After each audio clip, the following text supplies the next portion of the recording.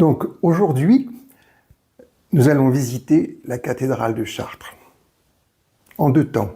Premier temps, je vais vous la présenter parce que c'est un espace sacré magnifique et dans lequel peut se passer beaucoup de choses. Et justement, dans un deuxième temps, nous allons cheminer à l'intérieur de cette cathédrale dans un voyage initiatique. Donc, avant tout, je crois qu'il est important de comprendre que ce lieu sacré qu'est la cathédrale de Chartres est la suite d'un ensemble de bâtiments, de cavernes qui ont eu lieu. On sait depuis les Romains, puis après, avant il y avait les Celtes, et les Celtes déjà avaient un culte à la mère divine ici. Alors ça peut être Isis, Déméter ou autre, qu'importe. Et il est dit qu'il leur avait été annoncé par une forme de prophète celte qu'il y aurait une femme, une vierge, qui donnerait naissance à un dieu. Donc vous voyez, c'est intéressant de voir que les lieux sacrés s'enchaînent les uns après les autres. Même la cathédrale de Chartres, alors on dit qu'elle a été reconstruite ou développée 7 fois. Vous voyez, donc même les bâtiments sont en mouvement, mais plus lentement, un peu comme les montagnes. On dit qu'elles sont aussi en évolution, mais c'est sur des millions d'années. Vous savez qu'il y a à peu près 93 cathédrales en France, mais spécifiquement, il y a celles qui sont autour, dans cette région, avec la cathédrale de Chartres. Bon, vous avez aussi connu Amiens, Notre-Dame de Paris, Beauvais, etc. Il y a 13 cathédrales. Et ces 13 cathédrales, il est dit qu'elles sont en reflet ou en correspondance avec la constellation de la Vierge, les 13 étoiles. Les cathédrales sont connectées, on va dire, donc à cet aspect cosmique. Et il y a aussi un phénomène tellurique, c'est pour ça que tous les temples, les églises et autres sont positionnés sur des lieux telluriques. Et là, donc, il y a une observation qui a été faite, il y a un courant tellurique, l'Est, L-E-Y-S, grosso modo pour ce qui nous concerne, qui part de Liège, en Belgique donc, et qui tourne comme ça, et qui va passer par toutes ces 13 cathédrales qui sont vraiment à des points de croisement, donc il n'y a pas de hasard, sont placés à des endroits parfaits, et qui après se poursuit vers la Charente, et se termine à Saint-Jacques-de-Compostelle. Donc vous voyez, c'est un lieu qui est cosmo-tellurique, c'est-à-dire qu'il y a le cosmos et le tellurisme. Et nous avons des espaces sacrés qui sont dédiés à la Vierge Marie, et ça c'est extraordinaire. Donc pour moi c'est une représentation de la Mère divine, mais bon, là on est dans le christianisme, donc c'est la Vierge Marie, la Reine du Ciel, Notre-Dame, on dit, celle qui commande aux anges, et que les anges sont très contents de lui obéir. Voilà, ça c'est tout cet aspect. Et c'est très intéressant aussi, dans ce passage entre le Moyen-Âge et la Renaissance, et entre l'art roman surtout, et l'art gothique.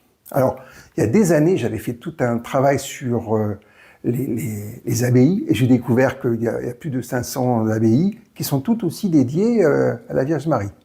Donc vous voyez, on est quand même porté par elle en France, heureusement, parce que pour moi la Vierge, c'est le sacré et l'amour. Voilà, c'est l'amour et ce retrait, parce qu'elle met en évidence toujours, on voit quand elle porte son fils, le petit enfant Jésus, elle le tourne vers les autres.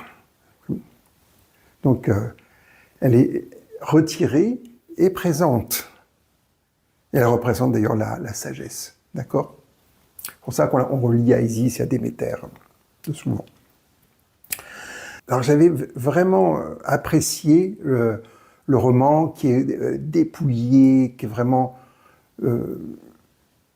à minima, et qui invite à l'intériorisation. Alors vous me connaissez, moi j'aime bien aller vers l'intérieur, vers le cœur, que les sens aussi soient retournés vers le cœur, que l'esprit soit ouvert, mais voilà, soit reçu par le calice du cœur.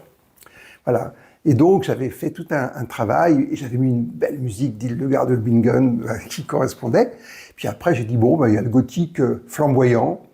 Et puis, j'étais resté sur un aspect historique où on peut dire que les évêques se tiraient la bourre, qui aura la plus belle cathédrale, la plus haute, la plus ci, la moins ça, bon, etc.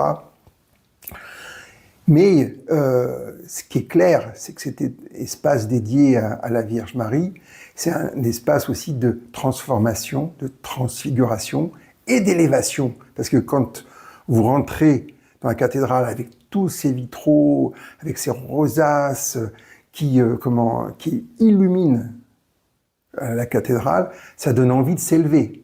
Alors c'est pour ça que j'avais mis comme musique de Jean-Sébastien Bach, parce que je trouvais que ça allait bien avec les grandes orgues, parce que c'est un lieu aussi où il y a une sonorité, il y a du son. Bon, il y avait aussi au Toronnet vraiment une sonorité très spéciale. Quand on arrive donc dans la face ouest, parce qu'on commence par la face ouest de toutes les cathédrales, qui est là où il n'y a pas encore la lumière, c'est sombre. Alors, on vous dira que elle a une orientation à cause de ce courant tellurique qui est un peu différente des autres cathédrales, parce qu'elle est adaptée aussi, comme une de mes amies disait aussi, où est à l'éveil du dragon, c'est-à-dire que ce sont les collines qui sont autour, qui sont orientées comme ça. Donc, ils se sont adaptés à tout niveau. Mais bon, l'idée, c'est d'arriver à l'ouest, là où on démarre. Et donc, je vais, dans un premier temps, vous décrire cette façade ouest, parce que je ne vais pas faire une description détaillée de toute la cathédrale. Ça a déjà été fait, et très très bien fait par beaucoup. Tout le côté sacré, les nombres, la correspondance avec le temple de Salomon, les correspondances avec l'alchimie, l'ésotérisme, etc. C'est pas mon propos. Mon propos, c'est une invitation de la Vierge Marie, rentrer dans son espace intérieur qu'est la cathédrale, pour nous mener au Christ, donc à Jésus-Christ, ce qu'elle nous présente. Cette façade ouest est très intéressante dans le sens, là encore, elle associe le roman et le gothique. Donc vous voyez sur la photo, elle a 2 tours, et au centre de cette tour, il y a le tympan qu'on va regarder attentivement, et au-dessus, alors là, ça c'est pour ce qui est de la numérologie, vous avez un cercle et dans un carré qui correspond à une rosace. Puis après, ça monte, vous montez, et puis il y a un triangle dans lequel il y a la Vierge Marie, l'Enfant Jésus, et après, en pointe, il y a Jésus-Christ qui est là, voilà, en bénédiction. Et donc ces 2 tours, elles sont disparates, parce qu'une qui est celle de droite du roman, celle de gauche du gothique. Mais qu'est-ce qui est intéressant? C'est de voir que la flèche de la tour droite, au bout de la flèche, il y a la lune. Au sommet de la tour gauche, il y a le soleil. Et on voit encore ce travail donc d'énergie. Vous savez, la lune, c'est yin reçoit, le yang et le yang donne, et donc il y a toute une circulation d'énergie. Alors évidemment, quand on regarde, moi j'aime bien regarder la cathédrale de Chartres par-dessus, comme toutes les cathédrales, vous avez, c'est en croix, donc et pour moi la croix, c'est, ce qui est important, c'est le sang de la croix. Vous verrez, je vous en parlerai tout à l'heure, où là, on va au centre du centre rencontrer le Seigneur. Bon, c'est une c'est une autre histoire là, pour l'instant. On peut en dire encore et encore. Je vais vous faire juste une description de la face ouest et légèrement des autres, nord, sud et est. Parce que on part de l'ouest, qui est sombre, vers l'est, qui est la lumière qui se lève, qui est là. Donc on s'élève. Oui, c'est vraiment l'idée. Passons par la description de cette face ouest. Alors vous savez qu'il y a en son centre un tympan qui a 3 zones, qui sont 3 moments du Christ. Celle de droite, c'est son moment d'incarnation avec Marie. Celle du centre, c'est le Christ en majesté, là il bénit. Et puis, vous avez celle de gauche, qui est son ascension. Donc je vais vous faire une description de la porte droite, qui est la porte de l'incarnation, mais aussi de la sagesse. Alors vous voyez, il y a alors on dit lintel, lintel c'est ce qui est au-dessus de la porte, c'est un linteau. Il y a un linteau inférieur et un linteau supérieur, vous pouvez le voir là. Et dans le linteau inférieur, vous avez l'Annonciation, puis la Visitation, la Nativité et l'Annonciation au berger. Et puis dans le lintel supérieur, c'est la présentation de Jésus au temple. Alors vous voyez, quand on revient là sur la partie de l'Annonciation à Marie, alors j'ai découvert ça, on dit souvent, c'est là où Marie dit oui, c'est le oui. J'aime bien parce que c'est positif. Voilà. Ben oui, elle accepte de recevoir cet enfant du Seigneur, voilà, pour le donner, l'offrir à l'humanité pour qu'il la guide. Donc on a l'Annonciation, mais évidemment par l'archange Gabriel, donc on le voit ici, et on voit que Marie est dans une attitude d'ouverture et de disponibilité. Et puis, j'ai trouvé très sympathique aussi, il y a la Visitation et la rencontre de Marie et alors on dit sa cousine, mais c'est sûrement sa tante, Élisabeth, qui était enceinte en même temps qu'elle de Saint Jean-Baptiste, quand même qui avait baptisé Jésus avec l'eau, hein, dans le Jourdain. Et c'est très intéressant parce que quand on va passer dans la crypte, le premier qui va nous accueillir, c'est Saint Jean-Baptiste. D'accord ? Ça, c'est pour après. Et puis, vous avez donc la nativité. Donc, on a l'enfant nouveau-né, hein, Jésus dans la crèche. Et on voit Marie qui est un peu semi-couchée, puis Joseph qui est en arrière-plan. Et puis, cette annonciation aux bergers qui préviennent tout le monde. C'est-à-dire, on prévient tout le monde de la naissance. Hein. Et puis, vous avez donc la bande supérieure du linteau. C'est la présentation de Jésus au temple. On dit que Marie et Joseph le présentent l'enfant, donc un vieillard, Simon. Alors, moi, j'aime bien Siméon. J'aime bien parce que ça me rappelle Siméon, le nouveau théologien, donc voilà, ça me plaît comme nom. Donc, qui le reçoit, il reçoit devant l'autel. Ensuite, vous avez sur le tympan lui-même, Marie, qui est sur un trône, on dit un trône de sagesse. C'est la Vierge en majesté, d'accord, qui a l'enfant Jésus sur ses genoux. Donc, en quelque sorte, Marie est le trône humain sur lequel la sagesse divine se rend visible. Alors ensuite, il y a les archivoltes. Vous voyez, ces colonnes où il y a des super statues. Alors vous avez vu que les styles sont différents.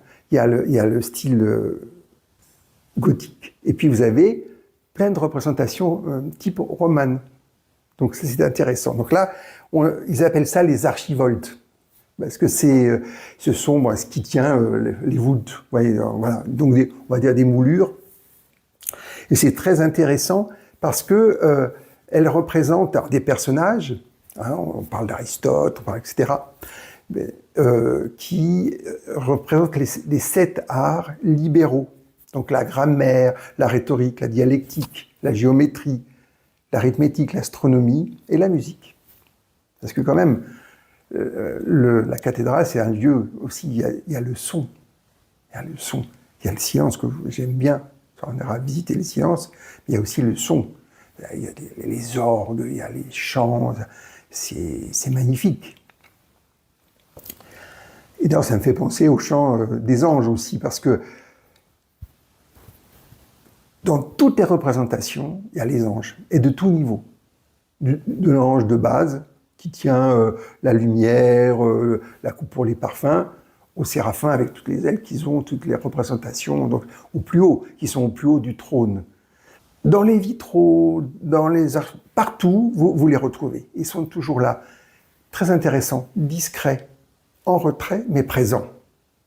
Il y a toujours cette référence aux anges, qui sont quand même le lien aussi cosmique, on revient au cosmique, avec Dieu. Qu'est-ce que ça veut dire? Que là, dans cette partie de droite, tous les savoirs humains tournent autour de la sagesse incarnée par le Christ. C'est intéressant parce qu'il y a eu malheureusement cette coupure, là on le voit surtout en Occident, en Orient on le voit moins, entre le scientifique et le religieux. Bon, je ne rentre pas dedans, on peut comprendre, mais là encore, tous ces arts là sont couverts par le Christ. Donc, c'est garder la science à la lumière du spirituel. Ça, je pense que c'est très important, c'est d'actualité. Et puis, vous avez la partie centrale, au cœur du tympan, donc, on voit, donc vous voyez, le Christ en majesté. Il est assis là, frontalement, et il est dans une mandolore, c'est-à-dire une amande de lumière. Intéressant. La symbolique de la mandolore, c'est 2 sphères. La sphère divine, la sphère humaine, et vous avez, elle se rapproche, et l'intersection vous donne cette forme d'amande dans laquelle on retrouve le Christ en majesté ou la Vierge Marie en majesté. C'est-à-dire que c'est l'intégration, l'union du divin et de l'humain. Cette représentation. C'est ce qu'il y a, parce qu'il y a Dieu, bon, c'est une chose, on y a accès ou pas, et là, à travers ces 2 grandes personnages, on a accès par l'humanité au divin. Donc c'est une forme de perfection. Et dans sa main gauche, il présente le livre de la vie, on va dire, qui est ouvert, donc ça veut dire qui est disponible, et dans la main droite, il bénit. Donc il est beau, et au-dessus, il y a 2 anges qui amènent la couronne. Vous voyez, il n'est pas comme certains où ils se mettent la couronne, c'est les anges qui déterminent. Et c'est la manière de voir la royauté de Jésus, qui est une royauté du cœur, de l'amour, et pas du tout temporelle. Même si il est dans le temps, il n'est pas venu pour gouverner de manière temporelle, mais spirituelle, à partir du cœur. C'est ça le Sacré-Cœur de Jésus pour moi. Tout autour, là, vous le voyez, vous avez un hommage alors, symbolique des évangélistes. Alors vous avez l'homme ou l'ange qui est représenté par Matthieu, vous avez le lion qui est représenté par Marc, vous avez le taureau qui représente Luc, et l'aigle par Jean. Ils sont tous ailés, hein. Il est entouré de cela, et en même temps avec cette idée que c'est quand même reçu divinement, ces choses-là. C'est ce mélange encore, comme pour cette forme en amande, du temps humain, on le verra après, et du temps cosmique. Et là, Jésus-Christ, il est à ce moment-là le souverain de ces 2 aspects. Et donc, vous avez les voussures Voussures, je me demandais ce que c'était. Bah, c'est les voûtes qui sont là. Voilà. Vous avez plusieurs couches, là, vous les voyez, voilà, qui ont aussi qui représentent les anges et les vieillards de l'Apocalypse. Je me dis, qu'est-ce que c'est que ça? Alors, déjà, l'Apocalypse, originellement, ça veut dire révélation. Parce que on dit que les vitraux de la façade ouest représentent l'Apocalypse, de la façade sud aussi, etc. Mais c'est la révélation. Et pour moi, la révélation, c'est Saint Jean. J'adore qu'il soit représenté par l'aigle. Quand on a regardé, vous savez, de haut la cathédrale avec la croix que ça représente, il faut être un aigle pour voir ça. Et donc, ces 24 vieillards ou anciens et représentent des êtres du plan cosmique qui viennent rendre hommage à Jésus-Christ, donc au Christ en réalité. Parce que le Christ s'est fait homme, c'est ça qui est intéressant, il s'est fait homme.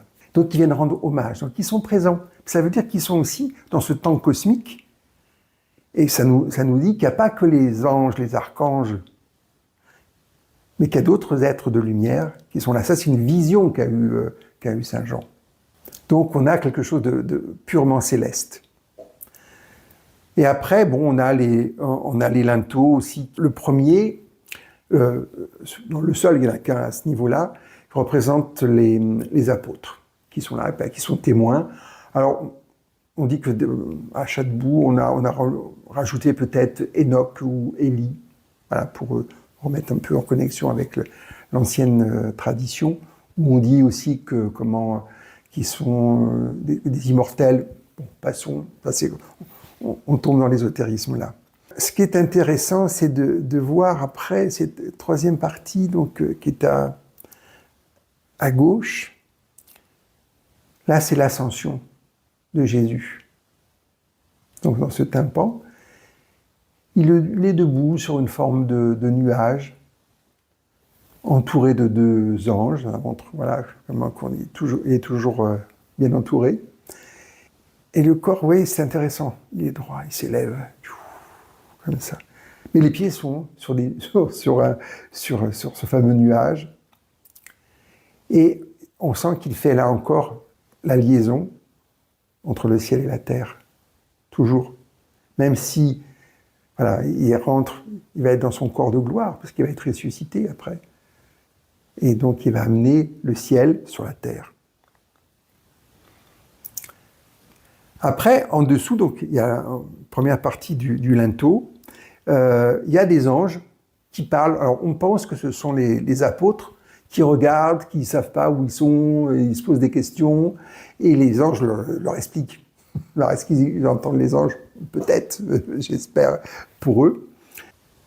Alors, vous voyez aussi, donc, je vous parlais des archivoltes, c'est-à-dire ces colonnes, voilà, où il y a des super magnifiques statues, des moulures un peu gothiques, qui représentent, et on l'a dans toute la cathédrale comme ça, tous les êtres de référence. Je dis Aristote, mais on aura Salomon, David, Melchizedek, tous ceux des rois, tous ceux qui sont des témoins et qui correspondent à la terre, et qui sont, voilà, comme des piliers, et qui sont là aussi pour asseoir la présence de Dieu, manifester la présence de Dieu dans l'humanité, là, via le Christ. Alors, il y a aussi là les voussures à ce niveau-là, qui représentent les signes du zodiaque. Et il y a quelque chose qui, pour moi, le signe du zodiaque, ça représente le temps cosmique, le temps unitaire. Et puis vous avez, en correspondance, les travaux des champs, mois par mois, le labour, les vendanges, etc., qui est le temps des hommes. Donc il y a à nouveau la correspondance entre le temps des hommes et le temps de Dieu, on va dire, le temps cosmique. Et toujours cette union du ciel et de la terre. C'est ça qui me semble important. Là, je vais faire encore un tout petit peu descriptif, mais très léger, parce que, vous voyez là, cette fameuse croix, donc on rentre par l'ouest, on va vers l'est, vous verrez, c'est le grand vitrail de la Vierge Marie encore, avec l'enfant Jésus, et avec le bleu de Marie. Et puis, vous avez, sur la droite, vous vous souvenez, qui correspondait à la lune, vous avez la porte nord. Et la porte nord correspond à la Vierge Marie, à son couronnement, mais aussi à sa dormition et à l'Assomption. Donc, voilà. Et où nous avons aussi Jésus-Christ qui couronne la Vierge Marie. Ça, c'est très beau. Et le tout sous ambiance de l'Ancien Testament, avec tous ceux de l'Ancien Testament, je vous disais, Salomon, David, plein de personnages. Bon, j'ai retenu Melchizedek parce que c'était intéressant. Il porte on va dire, le calice, le Graal. Et dans ce Graal, il y a un carré, voilà, dedans. Donc, il y a toute la représentation. Et pourquoi je le souligne? Parce qu'il est à côté d'Abraham. Parce que c'est lui qui a initié Abraham et qui a fait que les Hébreux arrêtent de faire des sacrifices d'animaux, même des fois humains, mais surtout d'animaux. Il leur a passé la communion par le pain et le vin. Et vous avez à nouveau, c'est ce Graal qui est là et qui représente ce qui va être le corps et le sang du Christ pour l'Eucharistie. Il y a beaucoup de choses. Hein. Ceux qui ont construit les cathédrales, les architectes, les compagnons, tout le monde y a mis quelque chose dedans. Il y a des symboles. Vous voyez l'arche d'alliance qui est transportée. Vous avez tout le travail des compagnons avec les marques qu'ils ont fait. Vous avez des signes. On dit que les alchimistes ne rentrent pas par l'ouest, mais par le nord, ou des fois par les initiés par le sud. Voyez, chacun il trouve son bonheur parce que c'est un grand livre ouvert, donc on peut y passer beaucoup de temps. Donc je vous offre une vision, hein, voilà. Et surtout, ce qui m'intéresse, c'est qui va aboutir à ce cheminement intérieur. Donc, l'aile du transept sud va correspondre à l'Apocalypse et au jugement dernier. D'accord? Alors là, bon, il y a beaucoup de choses qui sont dites. Moi, le petit clin d'œil, c'est que là, on voit Jésus qui est avec un peu souriant, qui a une bonne mine. Et puis, il y a l'archange Michael qui est en train de juger les âmes. C'est donc d'un côté à gauche, celles qui vont aller au paradis, à droite, celles qui vont aller en enfer. Et ce que j'aime sur la bascule, c'est qu'il y a un ange. Alors, des fois, c'est l'archange Michael, des fois, c'est un ange qui appuie à la demande de Jésus pour que ça soit plus vers le positif que le négatif. Mais en même temps, là, il y a encore une représentation du temps. Vous avez donc le transept, et donc la partie de droite qui correspond au passé, à l'Ancien Testament, et la partie de gauche au futur, à l'Apocalypse, le jugement dernier, et donc le futur. Et qu'est-ce qui nous intéresse, nous? Eh bien, c'est le présent. Mais le présent éternel, à la croisée, dans la nef, de l'ouest vers l'est, donc vers l'élévation, et du passé et du futur qui se rejoignent au centre. Et vous verrez, d'ailleurs, j'aime beaucoup, parce que sur chaque partie, il y a des rosaces, donc des roses, vous voyez. Ce sont des vitraux qui ont plein de lumière. Vous avez le vitrail de l'ouest, le vitrail du nord, le vitrail du sud, et le grand vitrail de la Vierge devant qui nous invite à l'élévation. On le retrouve comment? Au centre de la croix, à la croisée. Et c'est là où certains, comme la Rose-Croix, parlent de la rose qui va fleurir, qui va s'ouvrir à la croisée des transepts et de la croix, quoi. Voilà. Et c'est ce qu'il faut arriver à faire. Et qu'est-ce que c'est que cette rose? Ben, c'est le cœur. Bon, moi, je parlais du chakra du cœur. Vous voyez, ben, voilà, pour nous, c'est la rose, très bien, les symboliques sont intéressantes. Donc il faut que ce bouton de rose, qui va aussi faire qu'on s'intériorise, et à un moment donné, il va s'ouvrir, et notre âme va s'ouvrir voilà, au spirituel, là, à Jésus-Christ, voilà, et va réaliser intérieurement, grâce à ce qui se passe, grâce à cet espace sacré dévolu à la Vierge Marie, avec la Reine des Anges qui sont là à nous aider, voilà, celle qui incarne la sagesse, le trône de sagesse, très intéressant aussi, à une époque où, juste avant, où les femmes n'étaient pas très bien reconnues et traitées, n'avaient pas grand-chose à dire, là, de partout, la Vierge Marie. Donc là, je vous dirais que c'est une forme de féminisme divin, c'est-à-dire que, voilà, la femme reprend toute sa belle place dans l'humanité. Donc, nous allons là passer au voyage, je vais dire, intérieur. Alors, ce qui est dit, c'est la déambulation. Alors, on va passer voilà, dans la déambulation. Ben moi, non. Je préfère le mot procession dans le sens où c'est un voyage de l'âme et c'est un voyage intérieur. Ben, vous savez comment je procède en général. Eh bien, ce qui m'a beaucoup plu, c'est qu'on ne va pas rentrer dans la nef comme ça, par la porte ouest. On va prendre une petite porte à droite, du côté nord, et on va rentrer dans la crypte. Et là, il y a une crypte qui fait plus de 200 mètres de long.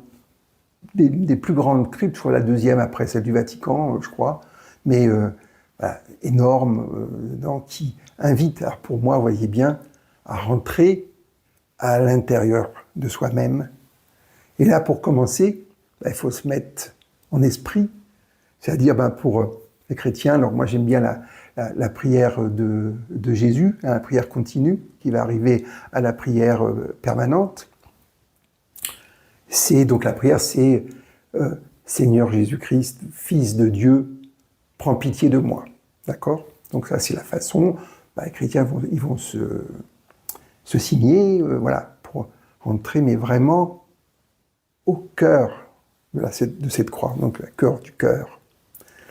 Cette prière, en plus si vous êtes à Chartres, si vous le faites, vous n'allez pas pouvoir la dire, parce qu'il y a quand même plein de monde qui fait ça, vous devez la dire en esprit, intérieurement. Vous pouvez la murmurer. Mais l'idée, c'est de l'amener vers le cœur. Quand on va vers l'intérieur, on a besoin de quelque chose qui est beaucoup plus dépouillé. Alors moi je dis, je préfère Jésus. Là qui dit Jésus sauve. Bon, c'est à vous de voir ce qui se fait. Et vous faites que la prière, cette ouverture vers Jésus, se fait dans le cœur. Et à un moment donné, comme le disent les orthodoxes, ça prie en vous. Alors ils disent que c'est Dieu qui prie, carrément. Il n'y a plus d'effort à faire. C'est continuel. Et ça, je crois que c'est l'aboutissement de la procession. Donc, on démarre là où on est. Donc, on descend dans la crypte, on va à l'intérieur de soi, et on est accueilli par Saint Jean-Baptiste. Donc, je vous le disais tout à l'heure. Et il y a un baptistère. Et donc, au Moyen-Âge, les gens qui venaient là se faisaient baptiser de l'eau. Hein, c'est le baptême de l'eau à l'entrée, puis je dirais, renouveler son baptême presque, avant de déambuler. Voilà. Alors il y a des endroits aussi où on peut se recueillir, à droite, à gauche, des romans gothiques. On avance, pour aboutir, être face à un autel, mais derrière cet autel, il y a la Vierge sous terre, et qui a été sculptée dans du bois de poirier. Donc, elle représente la Vierge noire aussi. Il y a pas mal de Vierges noires. Alors dans la cathédrale, il y a plein de Vierges de toutes formes, toutes sortes, et des Vierges noires aussi. Et donc, on dit que c'est la Vierge voilà, qui est à l'intérieur, et c'est aussi, le nom, c'est la Vierge de l'enfantement. Alors c'est pour ça qu'il y a beaucoup de femmes, de familles qui viennent là pour pouvoir, quand ils ont du mal à concevoir, voilà, qui vont demander à la Vierge Enfantement, voilà, de l'aider à ça. Mais plus spirituellement, là, on fait ce voyage intérieur avec la prière de Jésus, comme ça, et on avance, et on se retrouve face à la Vierge qui présente aussi l'enfant, hein, comme d'habitude, hein, mais elle va représenter pour moi la matrice dans laquelle, bon, on est dans cette cathédrale, elle nous prend en elle, et on va renaître à nous-mêmes. C'est une renaissance. Et une fois que cette renaissance a eu lieu, ou que cette demande de renaissance s'est faite, eh bien, on va pouvoir sortir de la crypte et rejoindre la nef. Et là, vous voyez, donc, toute cette préparation, cette intériorisation, on monte, et wow, la lumière, là, vous avez tous les vitraux, toutes les lumières qui sont éblouissantes. Voilà, c'est vraiment la sensation d'élévation. Mais le travail n'est pas fini. C'est-à-dire que avant d'arriver à cette fameuse croisée des transepts, voilà, on passe par le labyrinthe. Donc il y a un labyrinthe qui a été fait. Alors on dit que c'est relié au labyrinthe avec le Minotaure, Thésée, etc. Non, sauf que là, on peut s'y perdre dans celui-là. Non, dans ce labyrinthe-là, il n'y a qu'un chemin. Alors, j'ai beaucoup aimé à un moment donné, il y a une vidéo où on voit un garçon qui s'approche du centre, parce que l'idée c'est d'aller vers le centre. Et puis hop, il repart à la périphérie. C'est un peu comme nous, quoi. On se rapproche de Dieu, on s'en éloigne. Bon, il y a tout un chemin, un cheminement intérieur. C'est un voyage de l'âme, un voyage de transformation. Parce que l'idée, c'est d'arriver après à l'autel pour qu'il y ait une transfiguration. Ça me rappelle la transfiguration de Séraphin de Sarov avec son disciple Motovilov, voilà, où il lui fait vivre la transfiguration. Celle que Jésus a vécue et dont certains apôtres ont été témoins sur le mont Tabor, l'être de lumière. Donc là, voilà, il y a Jésus qui était comme ça, Jésus Christ, là, vraiment c'est le Christ qui est en lumière. Et ben voilà, Séraphin de Sarov, il s'est mis dans cette condition-là, il l'a transmise à son disciple Motovilov, qu'il a très très bien décrite d'ailleurs, c'est très intéressant. Donc ça veut dire que cette transformation, le labyrinthe, c'est d'abord la transformation de l'être, travail sur soi, travail spirituel, les pratiques, les rituels, etc. Et puis, après, on arrive à l'autel, qui n'est pas simplement le lieu de l'Eucharistie, c'est pas rien, hein, mais c'est aussi le lieu de la transfiguration, c'est-à-dire que la lumière christique va nous transformer et nous élever totalement. Donc quand on arrive, on sort du labyrinthe. Alors c'est intéressant aussi ce labyrinthe. Moi j'aime bien le chakra du cœur, Anahata. Et j'ai regardé au centre, il y a le centre, bon c'est le centre, il y a 6 pétales. Quand même intéressant. Il y a les 6 pétales du chakra du cœur. Et puis, souvent, là, je ne vous l'ai pas dit, mais c'est toujours avec 12, hein, les 12 signes du zodiaque, et c'est les 12 qualités qui sont dans le chakra du cœur. Donc, on retrouve, c'est toujours une invitation à aller au centre et par le cœur, par l'amour, hein, pour résumer les choses. Donc, on arrive à cette croisée-là. Et c'est bien marqué, vous voyez la photo, ils ont mis une croix qui montre bien, voilà, les 2 rosaces nord et sud, et la lumière qui va vers le centre, voilà. La lumière qui vient du vitrail, mais de l'abside, pareil. La lumière qui vient de l'ouest, ouais, donc ça veut dire qu'il y a vraiment concentration de toutes les lumières, de toutes les rosaces, de tous les vitraux, voilà, et au centre. Et pour aller vers cette transformation, mais aussi cette communion, parce que l'autel, c'est le lieu justement où le calice va recevoir une fois qu'elle aura été transformée par le prêtre, l'hostie qui va pouvoir être distribuée, et la transformation du vin en sang du Christ. Donc, et à la fois, donc là, j'ai bien compris ce que représentait l'Eucharistie grâce à Yvonne Aimé de Malétroit, donc de Jésus, qui elle disait que c'était absolument sacré. Donc, il y a vraiment une transformation. Alors, on parle de transsubstantiation, c'est-à-dire que voilà, c'est l'hostie, mais ça peut être nous en même temps. C'est ça qui est intéressant. Une fois que l'hostie est ingérée, comme on le fait avec le prasad en Inde, c'est une nourriture qui est totalement transformée, divinisée, et qui devient Christ, et qui doit avoir un effet aussi par la matière, par notre corps, sur nous, et nous permettre de recevoir la communion. Mais être en communion avec Jésus-Christ, être en communion avec tous les êtres par le cœur, à ce moment-là. C'est ça qui est pour moi très intéressant. Parce que, qu'est-ce qui représente Jésus-Christ? Il représente justement le ciel sur la terre. Et donc, c'est l'exemple. Donc, on doit arriver à vivre cette dimension christique dans notre quotidien. Il a dit. Nous sommes co-héritiers en Christ. Alors, il est unique, d'accord, mais il est le modèle.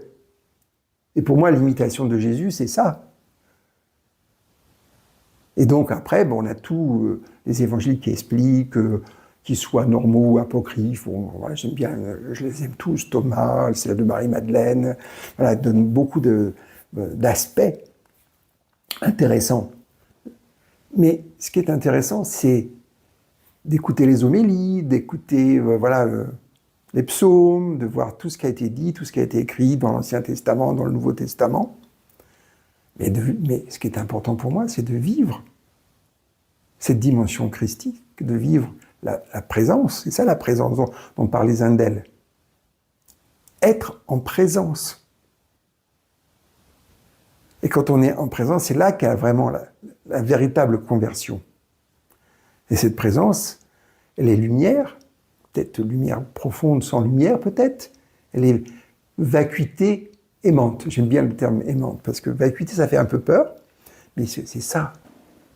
Et à ce moment-là, une fois qu'on a fait tout ce chemin initiatique, qu'on a pu bénéficier donc de la présence par la grâce de la Vierge Marie, de son Fils Jésus dans notre cœur, voilà, on a reçu la grâce. Et c'est la grâce qui transforme. C'est la grâce qui élève. C'est la grâce qui communique et qui connecte. D'accord? Et là, on est prêt à ressortir par n'importe quelle porte, si vous voulez, voilà, pour entrer dans la vie. Et c'est intéressant, d'ailleurs, je ne vous ai pas parlé de la Grande Verrière qui est dans la Abbasside. Donc, là encore, ce que dans le vitrail, j'ai vu le début, il y a les 3 tentations par le démon de Jésus. Bon, il est passé, pas de problème, mais ça fait écho avec nous. Mais après, il y a surtout les noces de Cana. Et c'est la première fois où Jésus montre qui il est. Il transforme l'eau en vin. À la demande de qui? De sa mère, Marie. Avant, elle lui avait dit, mais révèle-toi. Non, je ne suis pas prêt. C'est pas le moment. C'est pas encore. Et là, il l'a fait. Et elle dit à ceux qui sont présents aux noces de Cana, obéissez-lui. Voyez encore la sagesse, le trône de sagesse. Ça veut dire, obéissez au Christ en vous, dans votre cœur. Soyez juste, soyez aimant. C'est ce que je nous souhaite à tous.